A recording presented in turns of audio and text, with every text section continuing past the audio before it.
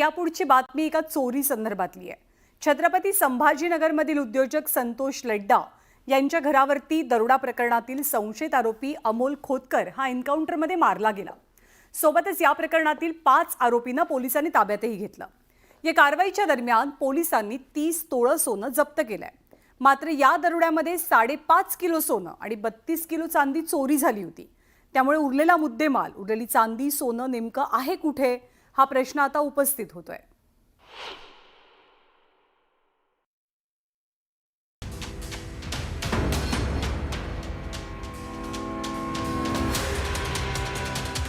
छत्रपती संभाजीनगरच्या वाळूजमध्ये उद्योजक संतोष लड्डा यांच्या घरी धाडसी दरोडा टाकला गेला। या दरोड्यामध्ये तब्बल 5.5 किलो सोनं आणि 32 किलो चांदीची लूट झाली। या दरोड्यामधील संशयित आरोपी अमोल खोतकरला पोलिसांनी एन्काउंटरमध्ये ठार केलं। मात्र सध्या जोरदार चर्चा रंगली आहे ती लुटीमधल्या 5.5 किलो सोन्याची। पोलिसांच्या दाव्यानुसार मृत अमोल हाच दरोड्याचा खरा सूत्रधार होता आणि लूट केलेलं सगळं सोनं त्याच्याकडेच होतं। दरोड्यामध्ये एकूण 5 किलो 500 ग्रॅम सोनं लुटलं गेलं। त्यापैकी पोलिसांनी हस्तगत केलं केवळ 30 ग्रॅम सोनं। त्यामुळे उरलेलं सोनं कुणाकडे हा प्रश्न उपस्थित झालाय। या लुटीतलं सर्व सोनं अमोल खोतकरकडे असल्याचा दावा या दरोड्यामधल्या आरोपींचा आणि पोलिसांचा आहे। तर आता अमोल खोतकरनं हे सोनं नेमकं कुठे लपवलंय किंवा ते कुणाला दिलंय हे प्रश्न अनुत्तरित आहे। या प्रकरणात खुद्द पालकमंत्री संजय शिरसाट यांनी लक्ष घातलंय। त्यांनी पोलीस आयुक्त प्रवीण पवार यांची भेट घेतली।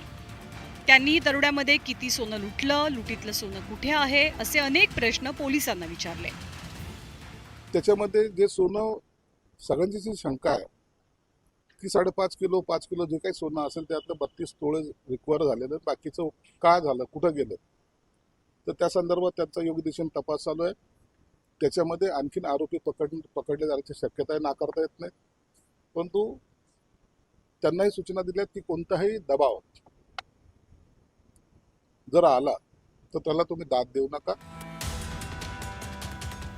दरोड्यातील संशयित अमोल खोतकर याच्या घरातही पोलिसांना काहीच सापडलं नसल्याचा दावा त्याची बहीण रोहिणी खोतकरनं केलाय। हो, माझ्या घरात त्यांनी जवळपास 5-5:30च्या दरम्यान घरात येऊन प्रत्येक वस्तूची तपासणी केली। प्रत्येक छोटी ना छोटी वस्तू त्यांनी पडताळून बघितली, पूर्ण छानबीन केली। पूर्ण घरात अस्तव्यस्त केलेलं आहे माझ्या। त्यांना घरात काहीही मिळालं नाही, कारण घरात काही नव्हतंच। आणि हे जे सगळं प्रकरण चालू आहे हे सगळं फेक चालू आहे, हे आपल्यालाही माहिती आहे, सगळ्या मीडियाला माहिती, सगळ्या लोकांना माहिती। फेक एन्काउंटर होतं। त्यांना फक्त हे संशय होता की हा मुलगा असेल, किंवा असं ते म्हणतायत की संशय होता, संशयही नव्हता। शहरात पडलेला दरोडा आणि त्यानंतर संशयित आरोपी अमोल खोतकरचं एन्काउंटर, त्यामुळे सोनं नेमकं कुठे आहे आणि या प्रकरणाचं गौडबंगाल तरी नेमकं काय याचं उत्तर आता पोलिसांना शोधायचंय। अमोल खोतकरच्या घरी सोनं नाही, अमोल खोतकरच्या गाडीत सोनं नाही, अमोल खोतकर सोबत पकडल्या गेलेल्या आरोपींकडे सोनं नाही। मग सोनं गेलं कुठं हा मोठा प्रश्न आहे। 5.5 किलोची तक्रार जरी असली तरी 12.5 किलो सोनं चोरू गेल्याची सुद्धा आता नवीनच या ठिकाणी चर्चेला सुरुवात झाली। सुधीर जाधवसह सिद्धार्थ गोदाम, न्यूज 18 लोकमत, छत्रपती संभाजीनगर।